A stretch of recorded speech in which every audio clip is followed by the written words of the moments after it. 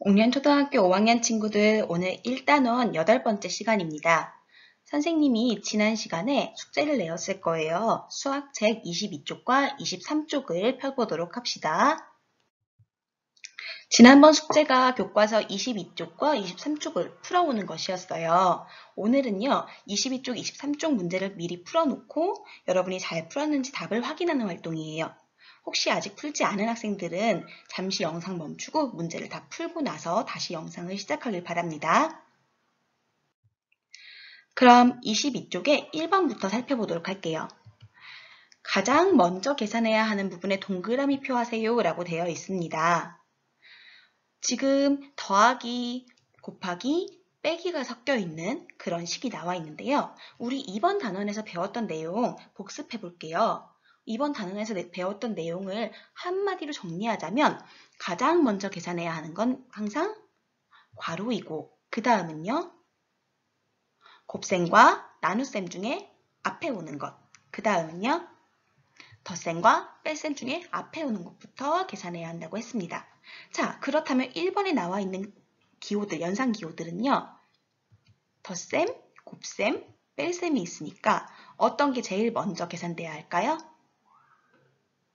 네, 맞습니다. 8 곱하기 3 부분부터 먼저 계산해야 합니다. 그럼 2번 문제 살펴볼게요. 2번 문제는 방금 얘기했던 그 계산 순서에 맞게 실제로 계산을 해보는 문제입니다. 자, 왼쪽 위에 문제부터 먼저 풀어볼게요. 28 빼기 괄호 열고 4 더하기 11 괄호 닫고 라고 되어 있네요. 괄호가 있으니까 괄호를 먼저 계산해야겠죠? 그래서 괄호부터 계산을 하면 28 빼기 15가 될 거예요. 그럼 그대로 이제 앞에서부터 계산하기 때문에 답은 13입니다. 그 다음 오른쪽에 있는 문제 풀어볼게요. 32 나누기 8 곱하기 3 나누기와 곱하기가 있네요. 곱셈과 나눗셈은 어디서부터 계산해야 합니까? 맞아요. 앞에서부터 계산해야 합니다. 그렇기 때문에 32 나누기 8부터 계산을 해야 해요. 그러니까 4 그리고 곱하기 3이 되겠죠? 4 곱하기 3을 앞에서부터 계산하면 답은 12입니다. 왼쪽 아래 풀어보도록 할게요. 74 더하기 괄호 열고 10 빼기 3 괄호 닫고 곱하기 4 덧셈, 괄호, 뺄셈, 곱셈이 있어요. 어느 것이 가장 먼저 계산되어야 할까요? 조금 복잡해 보일 수도 있지만 우리 아까 복습했던 걸 생각해보면 그렇게 어려운 문제 아니죠? 괄호가 가장 먼저 계산해야 된다고 했어요. 그러면 괄호 부분을 먼저 계산하고 나머지 부분은 그대로 써보면 74 더하기 7 곱하기 4가 될 거예요. 덧셈과 곱셈이 같이 있으니까 곱셈 먼저겠죠? 곱셈 먼저 계산을 해서 74 더하기 28 덧셈만 남았으니까 앞에서부터 계산하면 답은 102입니다. 자, 마지막 문제입니다. 괄호 열고 14 더하기 26 괄호 닫고 나누기 4 빼기 3 이번에도 괄호부터 계산해야겠죠? 괄호 안을 먼저 계산하고 나머지 부분 그대로 써주니까 40 나누기 4 빼기 3이 됐을 거예요. 이제 나누기와 빼기 중에 어디부터 계산할까요? 그렇죠. 나누기부터 계산해야겠죠? 그러니까 10 빼기 3이 될 거예요. 10 빼기 3을 앞에서부터 차례대로 계산해주면 답은 7입니다. 자, 이제 3번 문제입니다. 계산 순서에 맞게 기호를 차례대로 써보세요 라고 되어 있어요. 여러분, 우리 1번과 2번에서 했던 그것을 문제의 형태만 바꾼 거예요. 보았더니 빼기, 괄호, 더하기, 곱하기, 나누기, 더하기 이렇게 있네요. 자, 빼기랑 괄호 안에 있는 더하기, 그리고 곱하기, 나누기, 더하기 이렇게 있으면 우리 가장 먼저 계산해야 되는 것 괄호죠. 그 다음은요. 곱셈과 나눗셈을 앞에서부터, 그 다음은요. 덧셈과 뺄셈을 앞에서부터였기 때문에 우리 문제에 있는 걸로 보면 제일 먼저 계산되어야 하는 부분이 괄호와 더하기 있는 니은 부분이겠죠? 자, 그 부분을 계산하면요. 남아있는 게 빼기, 곱하기, 나누기, 더하기예요. 곱하기와 나누기를 앞에서부터 계산해야 하니까 디귿 리을. 그 다음은 빼기와 더하기가 있네요. 빼기와 더하기는 앞에서부터 계산하기 때문에 기역, 미음. 답은 니은, 디귿, 리을, 미음, 기역이 됩니다. 여러분 선생님은요.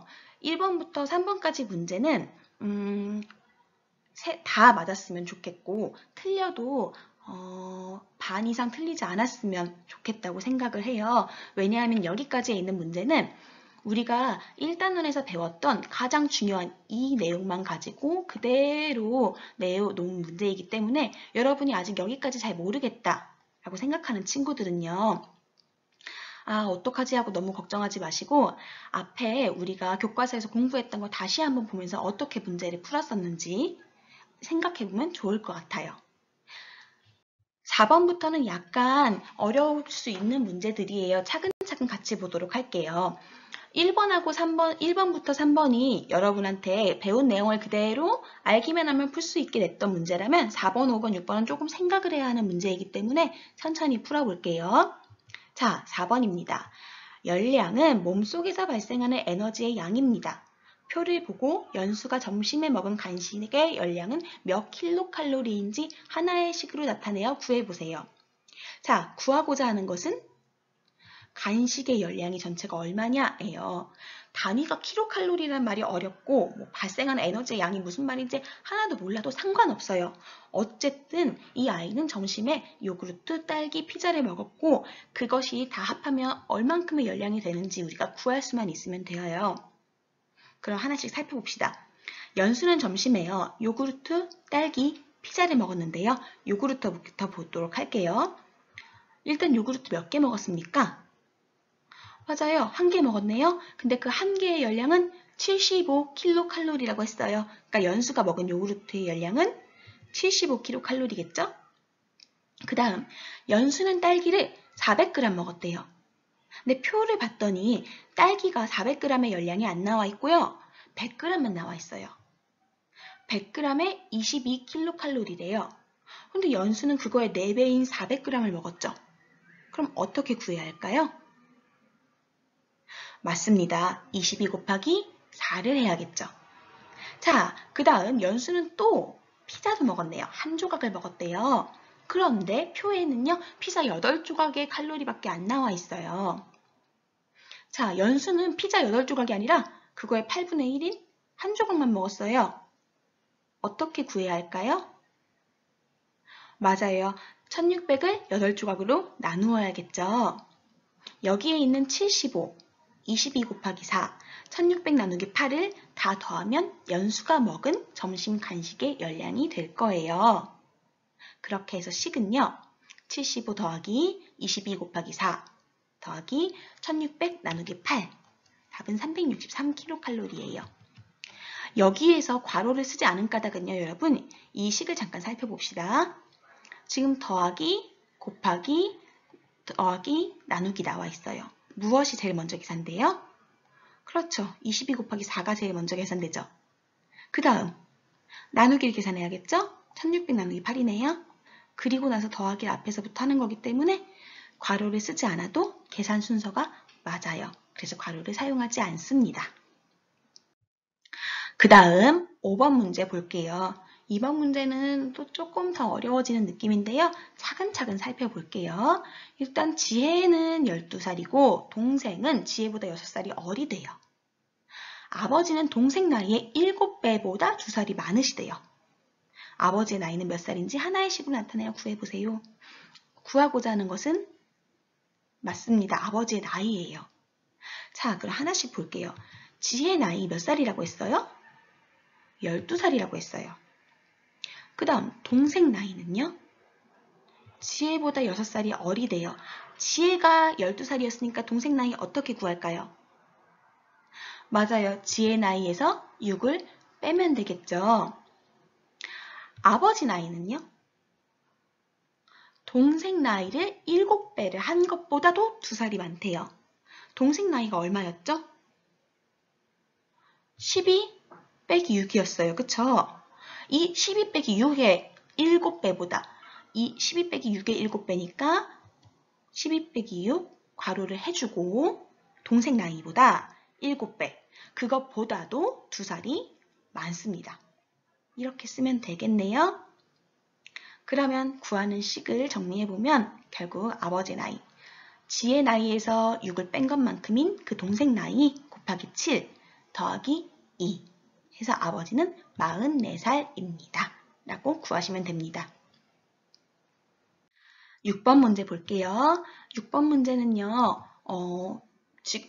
약간 우리 처음 풀어보는 문제의 형식인 것 같아요. 일단 문제부터 읽어보면요. 수카드 1, 2, 6을 한 번씩 사용할 거래요. 여기서 중요한 건 한 번씩이라는 말.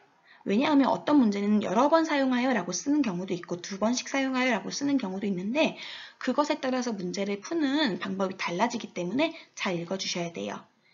별표인데 좀 이상하죠? 어쨌든 별입니다. 네, 한 번씩 사용하여 아래와 같은 식을 만들려고 합니다. 이렇게 생긴 식을 만들 거래요.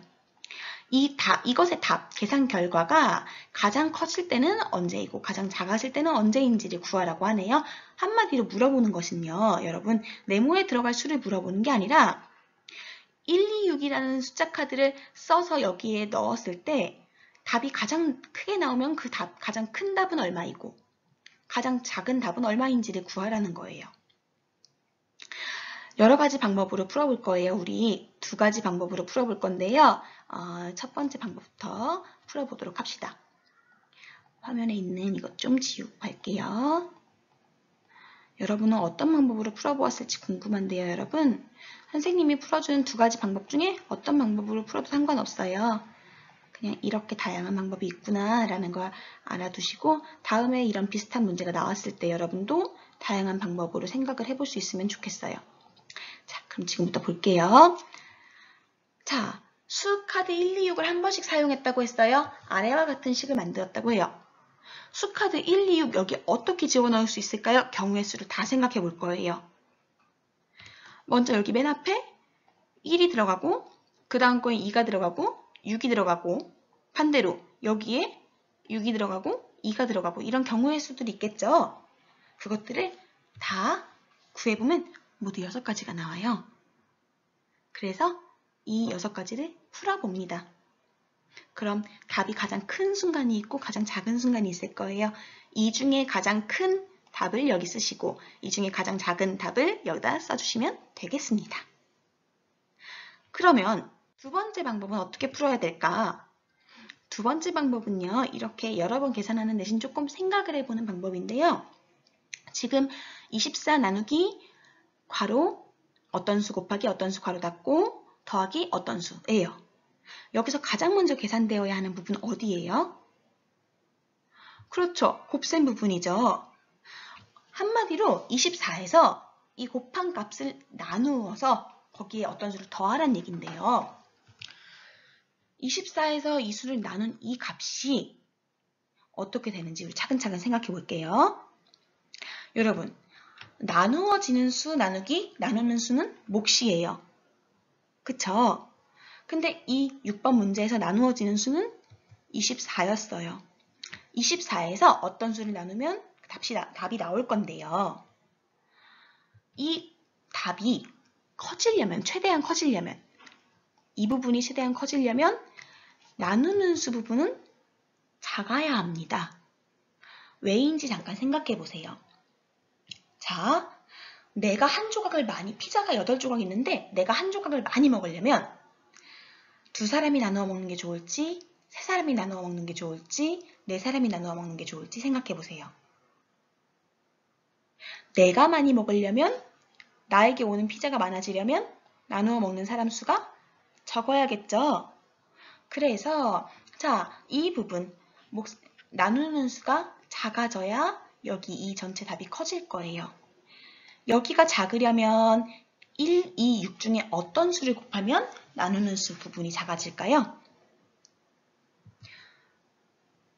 그렇죠. 1 곱하기 2 또는 2 곱하기 1이 작습니다. 그러면 1하고 2 또는 2하고 1이 들어가면 나머지 칸에는 뭐가 들어가야 될까요? 둘 다 6이 들어가야 돼요. 자, 이것들을 계산해 보시면 가장 클 때의 답이 나올 거예요. 그 다음, 그러면 결과가 가장 작아져야 될 때도 생각해 보도록 합시다. 똑같아요. 24에서 어떤 수와 어떤 수를 곱한 걸 나누는 이 부분이 작아져야 어떤 수를 더해도 결과가 작겠죠? 자, 나누어지는 수 나누기 나누는 수는 몫인데 나누어지는 수가 24인 상황이에요. 이 몫 부분이 작아지려면 나누는 수는 어떻게 되어야 할까요? 자, 피자를 8조각을 나눠 먹을 건데 내가 조금 먹으려면 많은 사람이 나눠 먹어야 될까요? 조금 적은 사람이 나눠 먹어야 될까요? 맞아요. 내가 조금 먹으려면 사람 수가 많아야 돼요. 나누는 수가 커야 되겠죠? 한마디로 이 곱셈 부분, 여기를 크게 해주란 얘긴데요. 자, 1, 2, 6 중에 어떤 수를 곱해야 저 부분이 가장 클까요? 맞습니다. 2 곱하기 6 또는 6 곱하기 2겠죠. 그럼 여기에 2와 6 또는 6과 2가 들어간다고 생각하면 나머지 칸에 들어갈 수 있는 수는 1입니다. 그래서 이 식을 계산해주면 가장 작을 때의 답이 나올 거예요. 그래서 답은요. 가장 클 때는 18, 가장 작을 때는 3입니다. 여러분 여기까지 해서요. 우리 1단원에서 공부한 내용을 확인해 보는 것까지가 다 끝났어요. 다음 시간에는 우리가 1단원에서 배운 걸 이용해서 다양한 활동을 해보는 걸 할 거고요. 오늘 여기까지로 해서 이런 덧셈, 뺄셈, 곱셈, 나눗셈이 섞여있는 식을 계산하는 방법에 관한 문제를 푸는 것들은 끝났다고 보시면 될 것 같아요. 그래서 오늘 22쪽, 23쪽에서 틀린 부분이나 잘 모르겠는 부분이 있으면 그냥 넘어가지 마시고 꼭 다시 풀어보시고요. 그리고 그동안 수학 익힘책 1단원에서 틀렸던 부분인데 그냥 넘어갔던 것들이 있다면 그것도 다음 수학 시간 되기 전까지 꼭 다시 풀어서 알고 넘어가야 할 것 같습니다. 여러분 오늘은 수학 수업 여기까지 하도록 할게요. 고생 많으셨고요. 다음 시간에는 우리 수학 시간에 빈 종이 그리고 계산기를 준비하면 좋을 것 같아요.